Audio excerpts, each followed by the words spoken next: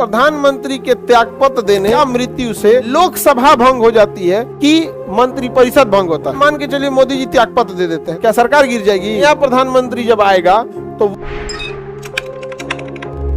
प्रधानमंत्री अपने हिसाब से क्या करता है, मंत्रियों को डिसाइड करता है किस मंत्री को कौन सा पद देना है। इन केस कभी प्रधानमंत्री की मृत्यु हो जाती है तो इन्हें सबको त्यागपत्र देना होता है, क्योंकि ये सब किसके हिसाब से काम कर रहे थे। अब नया प्रधानमंत्री जब आएगा तो वो चाहे तो इन्हीं लोग को दोबारा रिपीट कर सकता है या इनमें कुछ को रखेगा, कुछ नए चेहरे को लाएगा। तो प्रधानमंत्री के त्यागपत्र देने या मृत्यु से वही मंत्रिपरिषद रहता है या मंत्रिपरिषद भी भंग हो जाता है, मंत्रिपरिषद भी भंग हो जाता है। नया प्रधानमंत्री चाहे तो उसी मंत्रिपरिषद को रिपीट कर सकता है या उसमें से कुछ मंत्री को रखेगा, कुछ को बदल सकता है। ये यानी मंत्रिपरिषद का डिजाइन किस पे डिपेंड होगा? मंत्रिपरिषद का डिजाइन प्रधानमंत्री पे डिपेंड होगा। समझ में आ गया?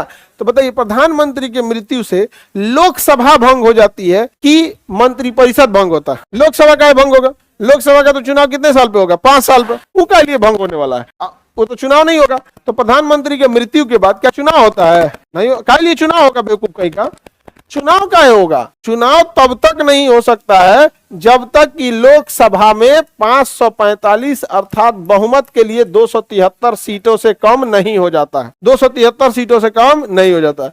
जैसे मोदी जी को मिला जाके सारा गठबंधन करेंगे ना, 300 के बाहर है। किससे ज्यादा है? 300 से। इंडिविजुअल वगैरह गठबंधन मिला के कितना से बाहर है? 300। 240 तो उनका अपना है, बाकी गठबंधन वगैरह है। अब मान के चलिए मोदी जी त्यागपत्र दे देते हैं तो क्या ही फर्क पड़ता है? 300 में से एगो कम हो जाएगा, क्या सरकार गिर जाएगी? लेकिन क्या गिर जाएगा? मंत्रिपरिषद भंग हो जाए, मंत्रिपरिषद भंग हो जाए। तो प्रधानमंत्री के मृत्यु या त्यागपत्र से मंत्रिपरिषद भंग हो जाता है, लेकिन लोकसभा भंग नहीं होती है, अर्थात दोबारा चुनाव की जरूरत नहीं आती है, उनकी जगह कोई और आता है। इंदिरा गांधी की हत्या कर दी गई थी तो क्या लोकसभा भंग हुआ था? नहीं। क्या भंग हुआ था? मंत्रिपरिषद। राजीव गांधी की हत्या कर दी गई तो क्या लोकसभा भंग हुआ?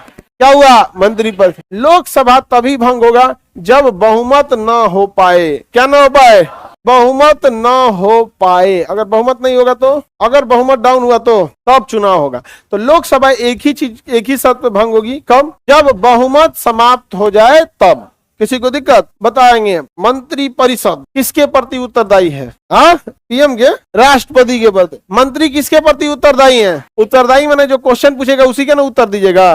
किसके प्रति उत्तरदायी है? राष्ट्रपति के प्रति उत्तरदायी है। इसके अलावे ये लोग मंत्री जो होते हैं वो राज्यसभा का इंसान मंत्री बन सकता है कि नहीं? लोकसभा का बन सकता? अरे गधा, जो कुछ नहीं है वो भी बन सकता है। तो राज्यसभा का भी मंत्री बन सकता है, लोकसभा का भी मंत्री बन सकता है। लेकिन मंत्री के लिए जो कुर्सी लगाई जाती है वो लोकसभा में पहला बेंच पे होता है। समझ आ गया कि नहीं आ गया? लोकसभा में दाहिनी साइड में क्या होता है? पहला बेंच। दाहिनी साइड में मंत्री हमेशा लोकसभा में किधर बैठेगा? राइट साइड में। किधर बैठेगा? राइट साइड में। अब विपक्ष किधर बैठेगा? लेफ्ट साइड में। क्या कहे? लेफ्ट साइड में। इसीलिए देखेंगे लेफ्ट की विचारधारा है, लेफ्ट ये है वो है दुनिया भर का। अब मंत्री किधर बैठेगा? राइट साइड में।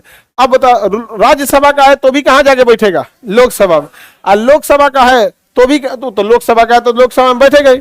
तो बताइए, मंत्रिपरिषद सामूहिक रूप से कहां बैठती है? लोकसभा। अर्थात सामूहिक रूप से किसके प्रति उत्तरदायी है? लोकसभा। अगर आपको सवाल पूछना है अपने मंत्री से तो एक काम कीजिए, अपने यहाँ के सांसद से कहिए कि हमारी ये समस्या है। अब वह सांसद जाएगा संसद में और वो जाके सवाल पूछेगा किसे? मंत्री से। तो बताइए, इंडिविजुअल मंत्री राष्ट्रपति के प्रति उत्तरदायी और सामूहिक रूप से मंत्री किसके प्रति उत्तरदायी? मंत्रिपरिषद सामूहिक रूप से किसके प्रति उत्तरदायी? किसके प्रति? लोकसभा। राज्यसभा का सदस्य भी मंत्री बनने के बाद कहां बैठता है? तो ज्यादा पावरफुल राज्यसभा की लोकसभा। सारा काम मंत्री को करना है, मंत्री थमा दिए किसको? लोकसभा। एस जयशंकर साहब कहां बैठते हैं? कहां के? लेकिन जब वोटिंग होती है तो कहां जाता है? जब वोट डालना होता है, बहस करने होगा तो कहां पे? लोकसभा। जब वोट डालना होगा तो अपने जो जिस सदन का है वहां लौट जाएगा। किसी को कोई